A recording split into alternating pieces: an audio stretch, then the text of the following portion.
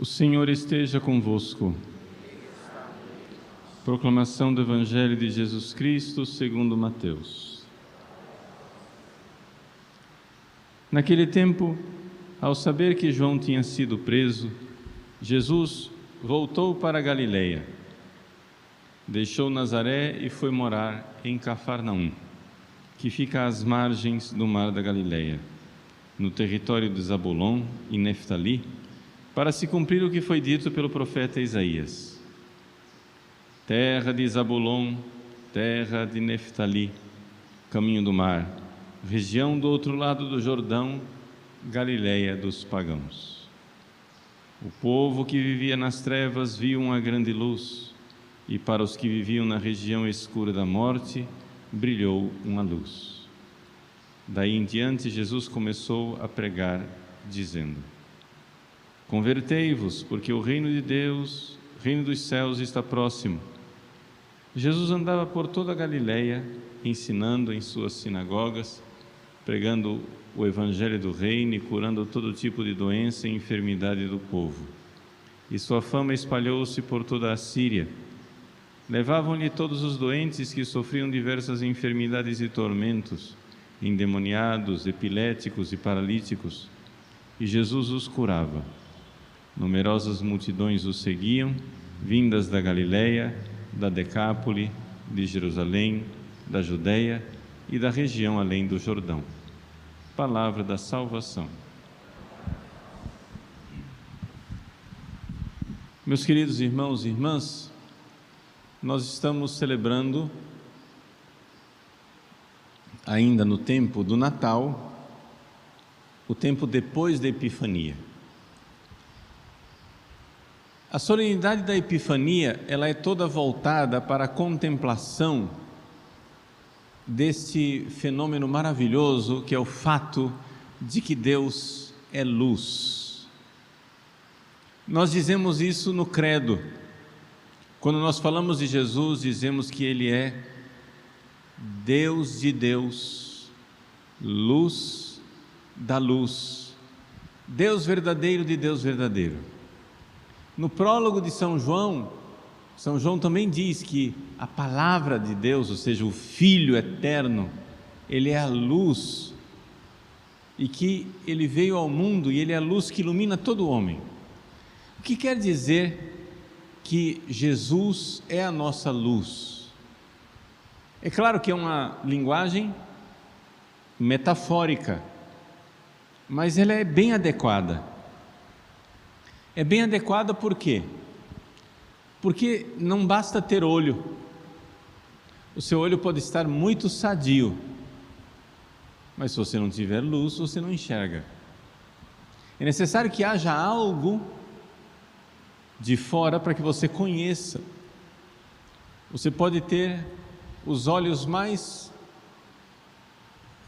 sadios, agudos, a vista aguçada, mas se não tiver luz, nós somos na prática cegos. Então é necessário que uma luz nos ilumine. A mesma coisa, e aqui vem a comparação, aqui está a metáfora, com a nossa inteligência, a nossa alma. A nossa alma tem uma inteligência que os animais não têm. Os animais são iluminados pela luz, por assim dizer, dos sentidos. O cachorrinho vê as coisas e o que ele conhece não passa daquilo que ele vê. A inteligência dele não penetra profundamente. Não vai querer conhecer as causas. Um ser humano não, o ser humano tem inteligência, ele tem uma alma. Então acontece um fenômeno, a gente pergunta por quê? Por que é que aconteceu? Por exemplo, quando morre um animal, o animal vê o outro animal morto e constata que está morto, pronto. Pode ficar triste, lamentar, mas o animal não se pergunta por quê. Ele não vai ficar dias e dias a fio perguntando por quê? Por que morreu? Por que a morte? Por que é assim? Nós não. Nós nos perguntamos por quê. Acontece um fenômeno, sei lá, caiu um poste, todo mundo vai dizer, por que caiu? Não era para cair, alguma coisa aconteceu. O animal, ele não pergunta por quê, ele só constata, tem um poste no chão. Para ele, é a coisa mais natural do mundo. Para nós procuramos as causas, os porquês. O que é isso? Isso é sinal de que nós temos alma, isso é sinal de que nós temos inteligência superior. Os macacos, eles têm um cérebro perfeitamente igual ao nosso. A única diferença do nosso cérebro para o cérebro do macaco são alguns poucos gramas de massa cinzenta, massa encefálica. Pronto. Mas aqueles poucos gramas não justificam a diferença entre o ser humano e o macaco. O ser humano pergunta por quê? Porque o ser humano quer conhecer. O ser humano quer ver uma luz nas coisas. E essa luz que a nossa inteligência enxerga, em primeiro lugar, é a luz natural da razão. Não precisa ter nenhuma intervenção milagrosa de Deus. É uma luz que vem de Deus, mas é Deus Criador, é uma luz que está no ser das coisas, a inteligência de Deus nas coisas criadas. Os cientistas, quando vão para o laboratório, eles estão procurando essa luz, eles estão procurando entender o porquê das coisas, as causas, não é? A causa eficiente, por que que colocando assim, o foguete funciona e vai até a Lua? Ou por que faltando tal coisa assim, o foguete explode e não sai do lugar? Isso é inteligência. A inteligência é como se fosse um olho, é o olho da alma. E o olho da alma pode ser iluminado por uma luz que sai do ser das coisas. Essa luz que sai do ser das coisas é o que nós chamamos de luz natural da razão. Então você vai e entende o porquê. Os filósofos ficam investigando o porquê, através da inteligência, da luz natural da razão. Muito bem. Acontece que essa luz, ela é uma luz que não revela tudo. Ela é uma luz fraca. É como se você estivesse dentro de casa, com a lâmpada da casa acesa, e você olha para um lençol branco, está limpinho, mas quando você pega esse lençol branco e leva lá fora no sol e estende, aí você vê as manchas que você não enxergava antes.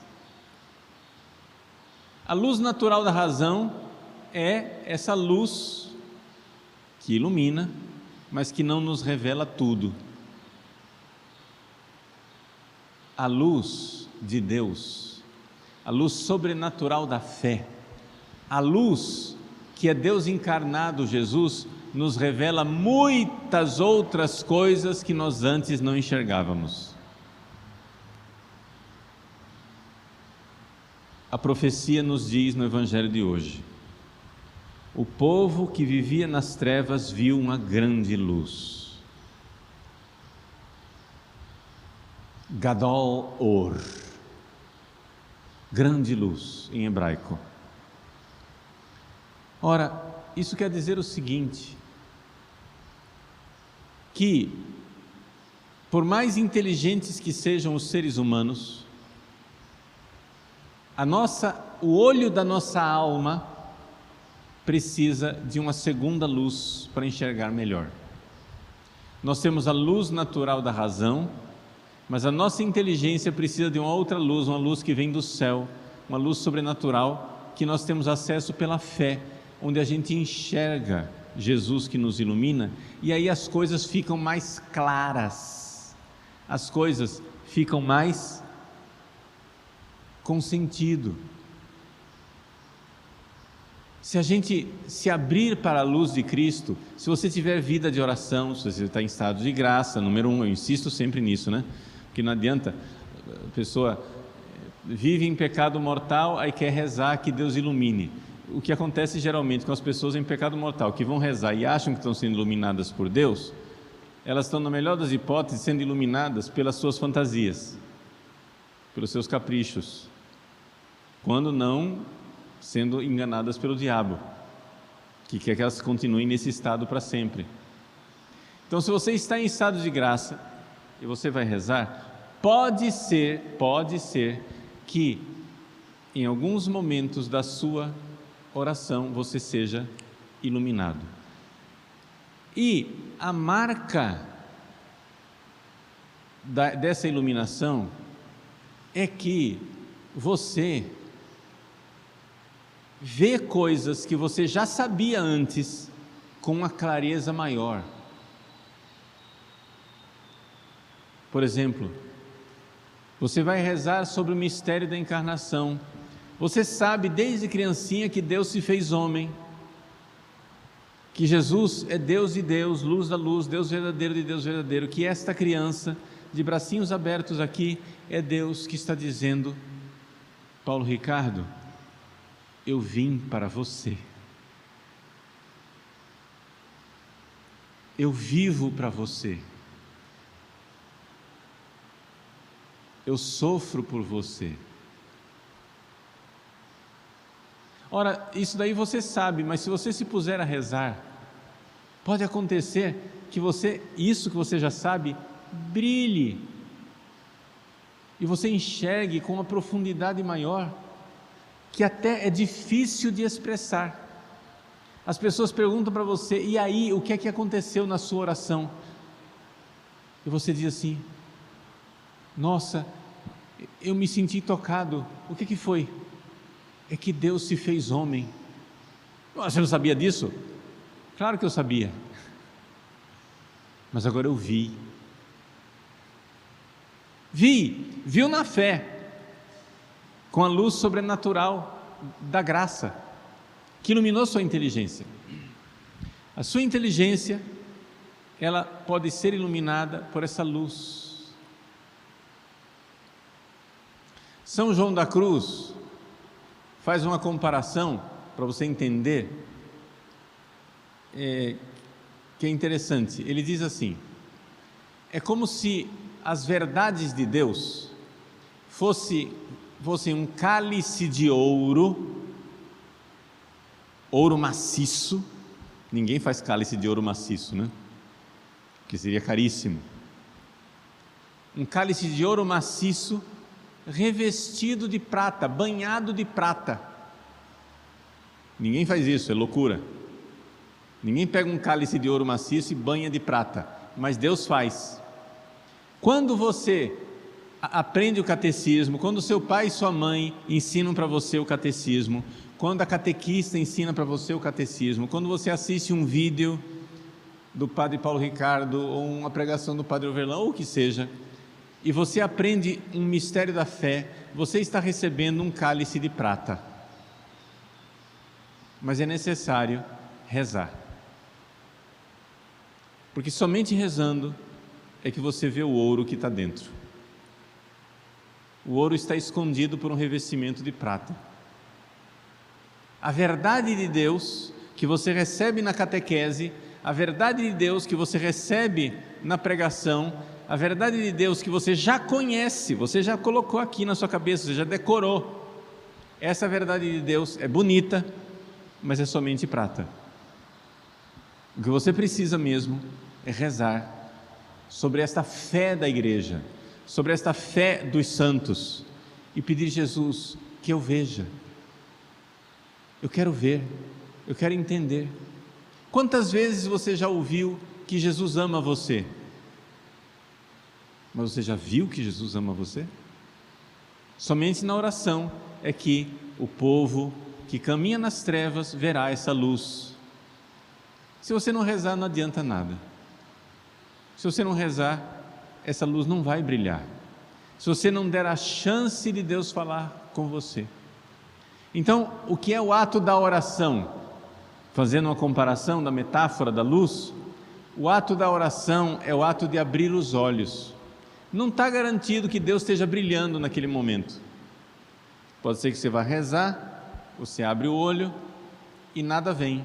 Ele é livre, ele brilha quando ele quer. Mas é importante que você faça o exercício. A sua inteligência precisa buscar a verdade, esse é abrir o olho, né? A sua inteligência precisa buscar a verdade. Mas padre, isso não é um intelectualismo? Para que buscar a verdade? Meu irmão, minha irmã, ninguém ama o que não conhece. Como é que você vai se apaixonar por uma menina que você não sabe quem é? A primeira coisa que as meninas fazem para que os rapazes se apaixonem por elas é fazer com que ele note que ela existe. Elas querem chamar a atenção. Eu existo, eu estou aqui, olha para mim, olha para mim, olha para mim, olha para mim, olha para mim. Porque quando ele olhar, quem sabe se ele olhar, ele se apaixona. Ela quer chamar a atenção. Ninguém ama o que não conhece. Assim também Deus. Você precisa amar Deus, mas para amar Deus você precisa conhecê-lo. E para conhecê-lo, gente, não são os sentidos, não é esse olho aqui, é um olho da alma. E o olho da alma chama-se inteligência. Esse olho da alma, esta inteligência precisa ver com a luz sobrenatural. E você faz o exercício de abrir esse olho na oração.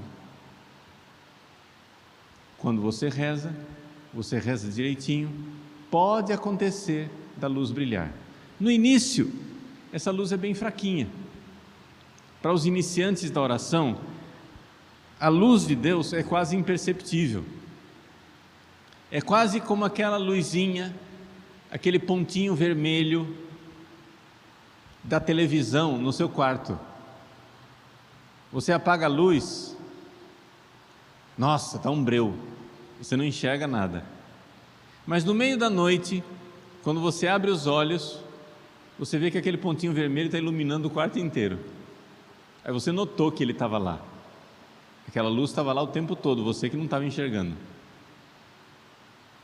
Deus também, no início da vida de oração, tem um pequeno brilho.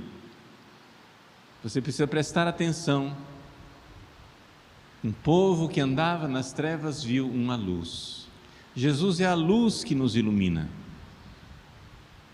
Recapitulando, bem brevemente, o que é que nós vimos hoje?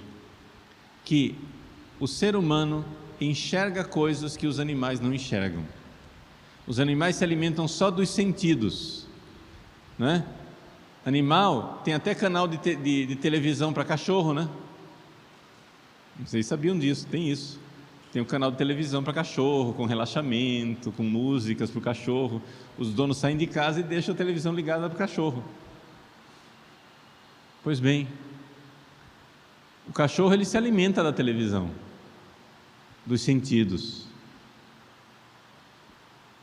Mas para você alimentar a sua alma, você tem que ser mais do que o cachorro. Você tem que procurar as causas, procurar o porquê. E aí você pode procurar esse porquê pela luz natural da razão, é inteligência.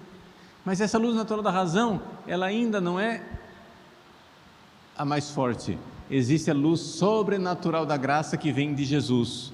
E essa luz sobrenatural, assim como a razão, para você descobrir as coisas, você precisa se espalhar, né? Um cientista ele vai lá e olha uma coisa, olha outra, e aí brilha a luz. Assim a luz de Cristo sobrenatural, você não precisa se espalhar, é o contrário, você precisa se recolher e buscar a verdade de Deus que Deus está falando, meditar aquelas verdades que você recebeu no catecismo como um cálice de prata e descobrir lá dentro o ouro. Peça isso a Jesus, que Ele brilhe para você e brilhe nas verdades do catecismo, nas verdades dogmáticas, nas verdades da fé, não nas invenções da sua cabeça. A fé não é uma cavilação, uma invenção da sua cabeça. A fé, ela é dada pela igreja ao longo dos séculos. É ali que você tem que buscar Jesus. É ali que Ele está. É ali que Ele irá brilhar para o povo que caminha nas trevas. É ali que acontece a epifania do Senhor.